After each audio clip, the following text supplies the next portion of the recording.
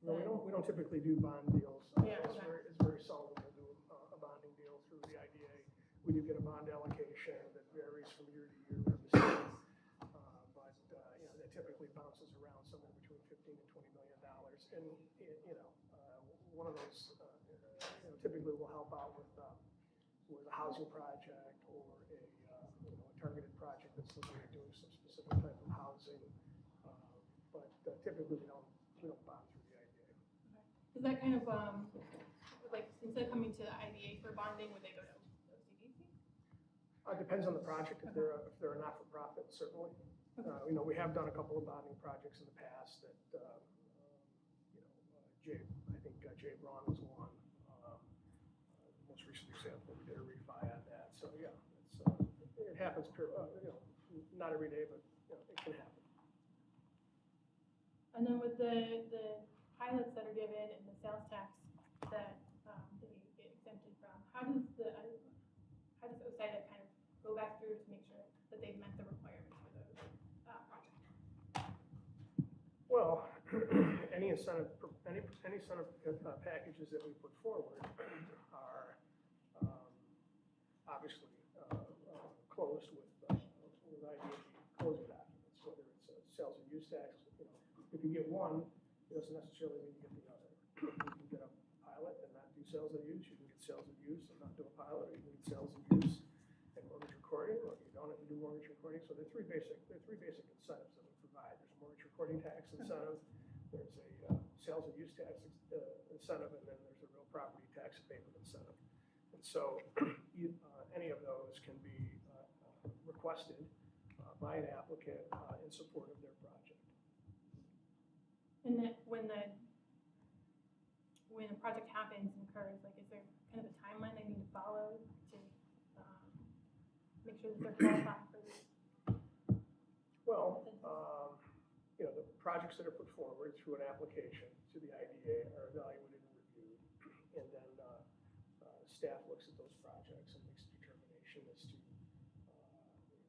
whether or not those financial incentives are appropriate and necessary to support the project.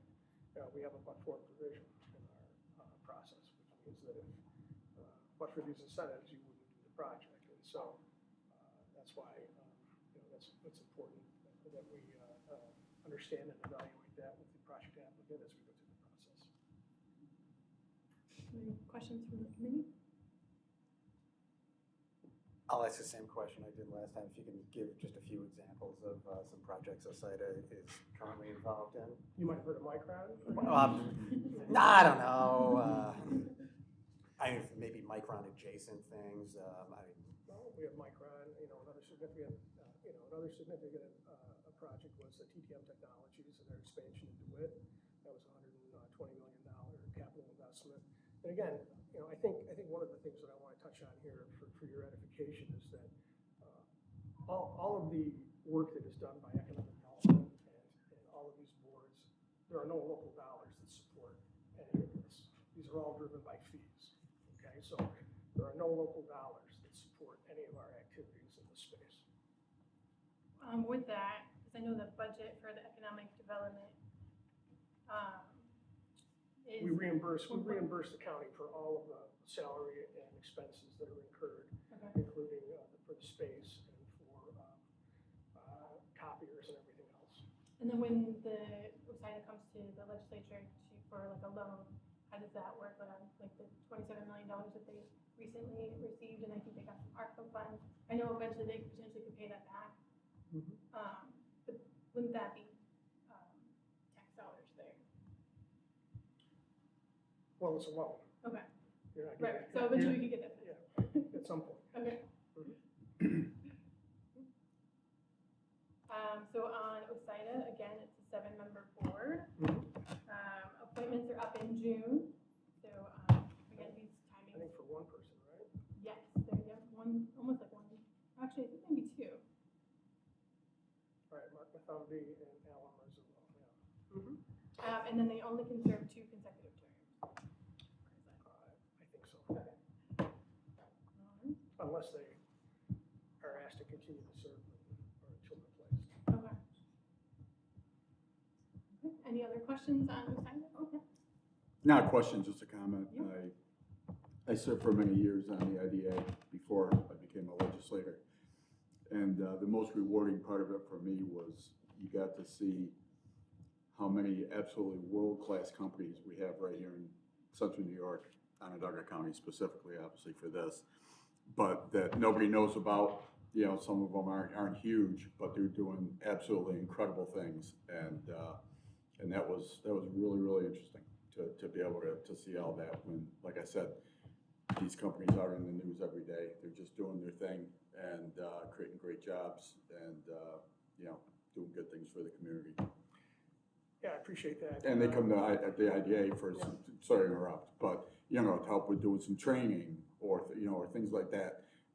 Again, nothing sexy, but it improves the company, improves, you know, the employees, and everybody wins.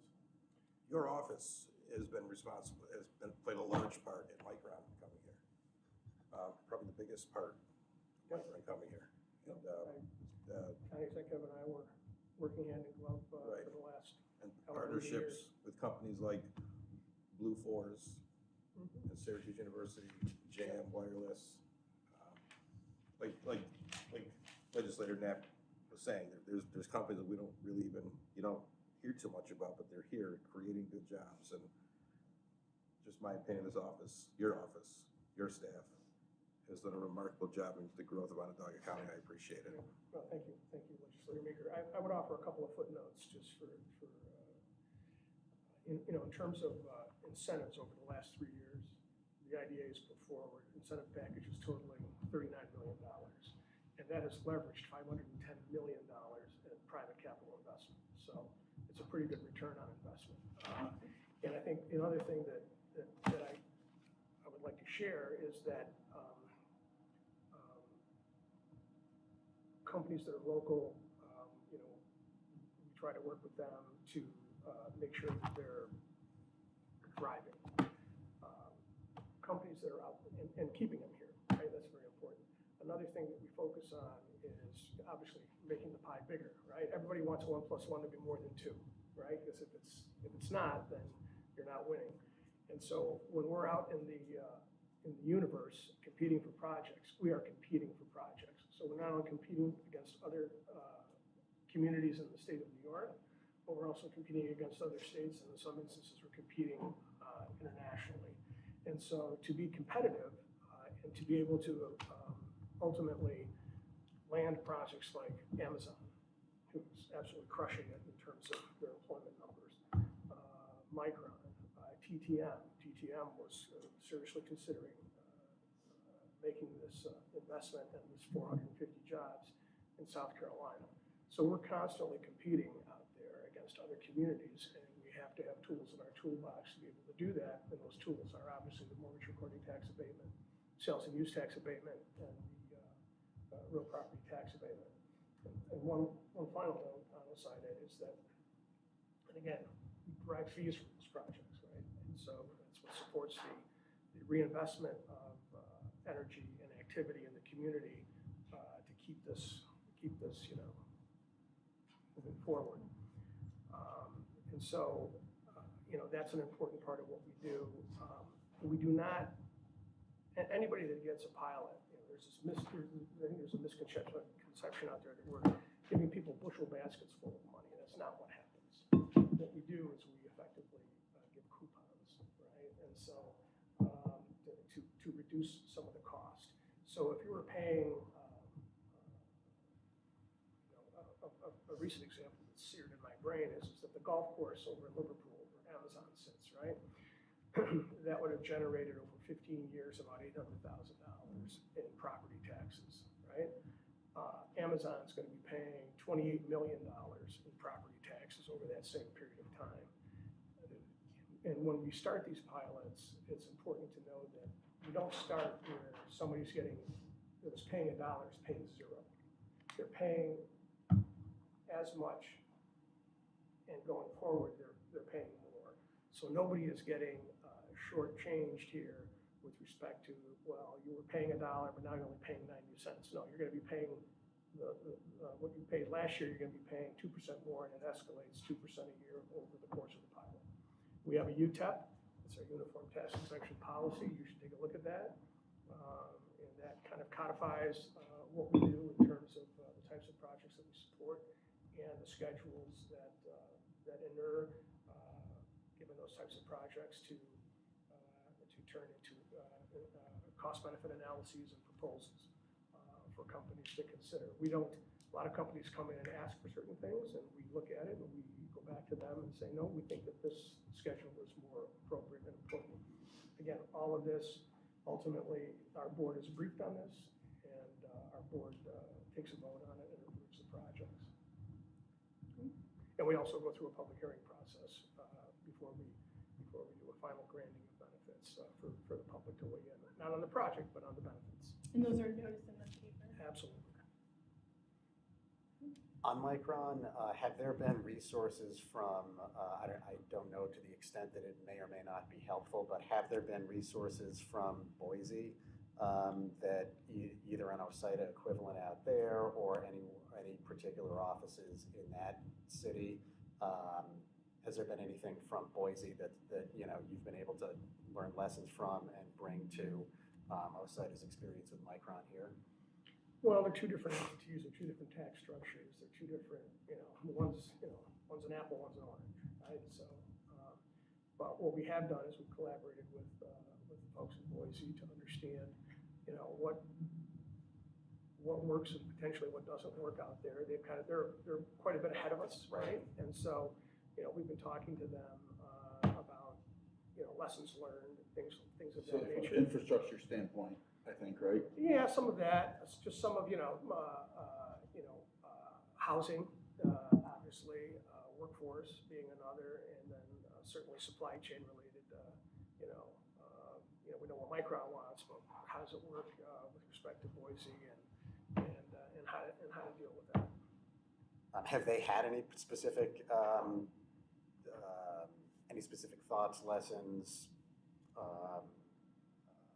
anything like that on housing that OSIDA has been able to learn from at this point, or is that conversation still ongoing? It's a conversation that's ongoing. I mean, no one's prepared a white paper, so to speak, on it, but we're talking to them and sharing information. I think one of the things that's obvious is their housing market is robust, and everybody wants to talk about building more. I think we're trying to understand what's needed and how to accomplish that here. And I think there's I'll let the planning folks talk about the planning aspects of this, but yeah, I mean, we understand that there's a housing problem before Micron showed up.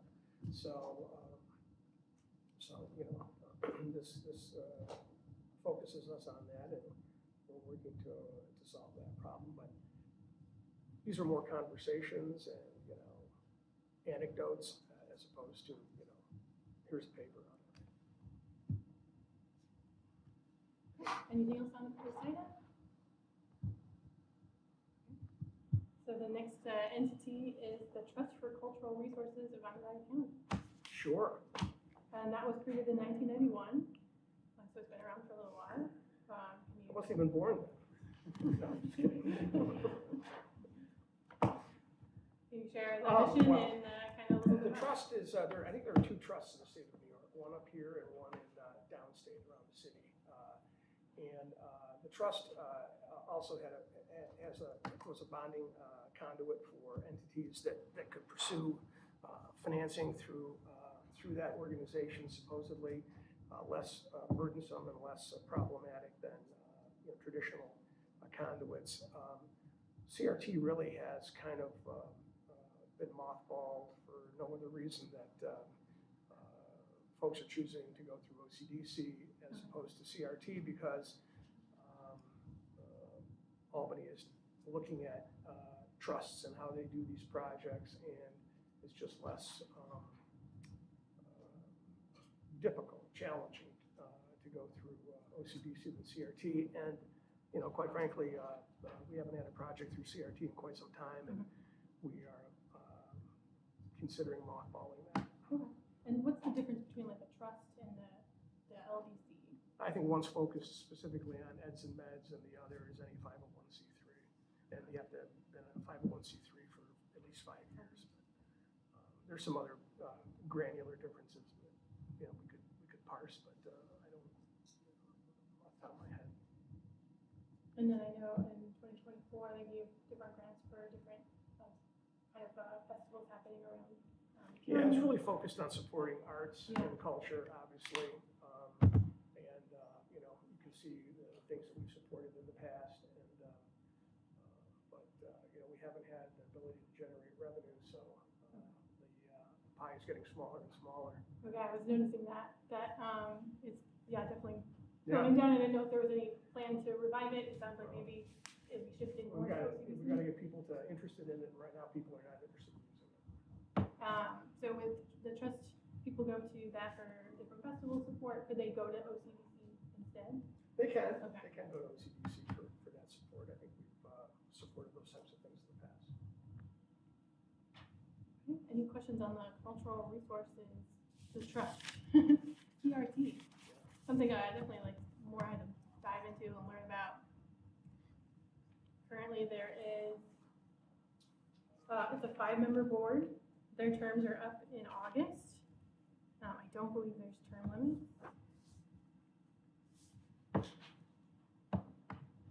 Yeah, these are county executive appointments, yes. So, with the ongoing projects that they do have, like when you're saying mothballing, would it just kind of run its course, or? Yeah, I mean, there are projects, there are bonding projects that have gone through there that, if you're doing a 15-year bond, until the bond matures, the organization will still be there. Okay. Any other questions on that one? Or year one? And then the last one is the newest one. It's the Onondaga County Opportunity Fund Corporation. Mhm. So as far as I know, this was created in 2024. I think so, yes. So can you tell us a little bit about the fund? Yeah, this is an initiative out of the county executive's office where he wanted to have a county equivalent to SEDCO, which is the city's small business loan fund. And so OCOF is the county equivalent of that to support small businesses that are looking for help with financing. And there are a number of different criteria. You can get a $5,000, potentially a $5,000 grant. You can get I think it's a $25,000 loan, and then you can get a $100,000 loan, but that's just for brick and mortar. So, and those are supposedly, not supposedly, they're supposed to be, I should say, not supposedly, they're supposed to be below market rate interest rates on those. I think even I can't remember if the 5,000 one is a grant or a loan, but the 5,000 one can be forgiven. No, is it this? Oh, thank you. Yeah, it's okay. The repayment term is short, 2 years, but that potentially can be forgiven. The $25,000 and the $100,000 are expected to be paid back. It's the plan was to make it a revolving loan fund, so it would self-sustain. Okay. We would lend out. People would be again through an application process. You would be screened and determined that you've been in business at least, I think, for a year. You don't owe anybody any back taxes, those kinds of things. And then given your application and our review, we would put forward a loan supporting you, and then obviously the expectation is you would pay it back, and we would make a little bit of money off the interest and get the principal returned, and then it would be pushed back out to other folks. I think that was $3 million, Christy? I think it was $3 million. I think it was $3 million, but right now we only have we've had probably 5 or 6 applications. We have a couple of projects that we supported locally. Again, some of the applications are just are not in a form, and the businesses aren't in shape to be able to make a good business decision to be supported. And you answered one of my questions because I was wondering why it excluded the city of Syracuse. So they have city of Syracuse has their own. city has Setco, and so we didn't want to duplicate that. Yeah. And so we did this, so anybody out in the county that wanted to make an application, they could. Any questions? Roughly, I don't know if you can estimate, but about how many applications does that see a year? Well, it's pretty new. I think, up to this point, we haven't seen a ton. I think we've seen a half a dozen applications in total over the last 12, 18 months. I think now that Micron's broken ground, I think there's going to be, on a lot of these things, I think there's going to be a lot more activity and interest. And, we're trying to market it, but, we have had a couple of projects. A Saving Face Barbershop is a project that we've supported with a $100,000 loan. And then Fisk Electric is another company that we've supported with a loan. So we think there'll be more of these coming because of now that the ground is broken and everybody is a believer. Hopefully, we'll hopefully see more activity. We'd like to see more activity, quite frankly. I mean, that's the intention of this thing is to help these small businesses get up and going. And, Sure. No, Saving Face is looking, driven by it a few times. It looks great. yeah, there you go. I actually learned about this when I went to an economic development meeting last summer, and I learned about these revolving loans or mortgage loans, and I thought that was really interesting, and I didn't know about it, but at the same time, it's very new, so making sure we tell people about it, that this is available to them, that would be really great to make sure people know Sure. it's available. Absolutely. Any other questions on the opportunity fund? So this has 4 directors, as far as I'm aware, and it was created by the county executive. I don't believe it came before the legislature, so it's really run by the county executive, as far as I'm understanding. Well, it came before the ledge for funding. Okay, that makes sense. Okay, so that 3 million came before. Okay, Ledge, yeah, that makes sense. ledge approves it. Okay. Chris, we don't get any money without the ledge approving it, do we? I didn't think so. I'll have to look through it. Okay, that's helpful. And yeah, is there any other questions? Yeah, which year was this in the 24 and the 25 years budget? I believe, I will go back and I can double check, but I believe it was actually in the resolution, that was part of one of the, don't put me in the year, it was part of one of the, comprehensive plan ones, that there was a large fund that was resolution that was, Right. this was a component of that. I can get you the specific resolution number, later today. Thank you. I get the point of this, and I do think it's a net positive thing, but I always, I get pause when we, as the county, create entities that the city of Syracuse is excluded from, but pays into. I think that's something we do in this community. Like, yes, the city of Syracuse does have Setco, for sure, but the town of Aliens can make Medco. Clay can make Setco, like nothing is stopping them from making their own. So when we step in and help the suburban areas, I get it, we see a gap, we want to fill the gap. But if the funding came from city dollars, I would like to know that, the city is getting some return benefit, other than just improved, suburbs around it. So I do think this is a good thing. I want to be clear about that. That's why I want to see where the funding came from. We're all in this together.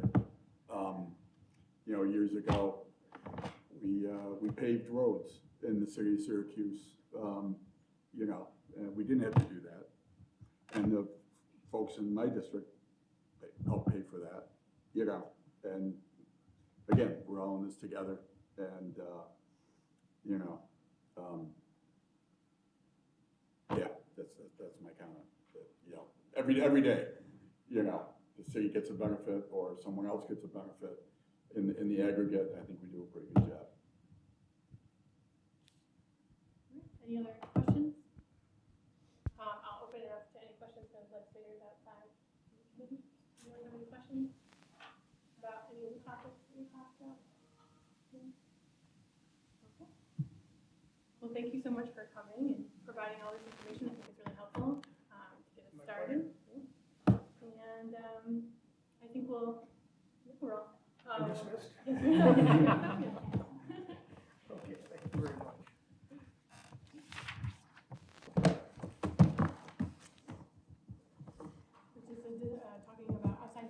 tradition's continuing that conversation. Exactly. So for those of you who are not here last round of this, just want to do a brief overview of how we are doing outside boards, commissions, and committees, and all the other things that they're called. As you hopefully know, the legislature is responsible for quite a number of different boards, commissions, and committees that we either appoint to, so we take a leadership role in putting forward folks for them, and or we are confirming them when the county executive puts someone forward. And historically, it's been done a number of different ways, so I just wanted to let us all know what we're doing this year and get that ball rolling. So we have matched all of, or we're still in the process of finalizing all this, but about 95% done matching each of the different boards, commissions, and committees to a standing committee to take a higher level of involvement, both in the appointing and confirmation process, as well as in the understanding what's going on and getting updates portion of things. So the planning and economic development boards and commissions that have been matched, they are all on Basecamp. So if you haven't used Basecamp or you need help knowing how to use Basecamp, please feel free to see me today or another day when we're a little less busy to help you navigate that. If you go under the docs and files, yes. Could you just email that, instead of the base camp? We can, yeah, we can update it and email. We will be using that regularly, so I strongly encourage you to make sure that you do learn how to use it, and I'm happy to help as our staff. However, this list right here is a starting list of the folks that are there, so I'm just going to run through it verbally, and then we'll be doing some follow-up here. We've got the CNY Works Board of Directors, the Onondaga County Planning Board, the Central New York Regional Planning and Development Board, CNY Regional Market, Greater Syracuse Property Development Corporation, otherwise known as the Land Bank, the OCDC, OSIDA, Visit Syracuse Board of Directors, Economic Development Advisory Board, the Onondaga County Agriculture and Farmland Protection Board, and then making the central recommendations to New York State in cooperation with the county executive and Community Development Steering Committee. So those are the different ones that are going to be connected with this particular standing committee. So what does that mean when commissions or when appointments, and this board will be reviewing those. And so strongly encourage you to, if you have folks that you believe would be a good fit for that, we're collecting resumes right now. And that way we can get that pool up and running so that when these openings come available, we've got a good group of people to look at to see who would be a good fit. We do have a couple that have vacancies right now based on our research. There is the CNY Regional Market and the Economic Development Advisory Board are both have some vacancies on them. So those are the highest interest in terms of resumes. So if you have any resumes, Kyle, I'm gonna look to you. Who should they be emailing them to on the staff? John. Okay, so if you've got anyone that you want to put forward for these things, John DeSantis from our staff will be gathering all of those things and putting them into a shared file for review. And then we'll prepare for the February meeting to look at the most pressing vacancies, but also be prepared for the future. And then Committee Chair Denton will be putting updates onto the forthcoming agendas for us to hear back from these folks too in terms of any important updates and information coming from them, to include the Land Bank that had their annual meeting today. Any questions? Okay. Thank you. Thank you. This concludes the planning and economic piece. If I can get a motion to adjourn.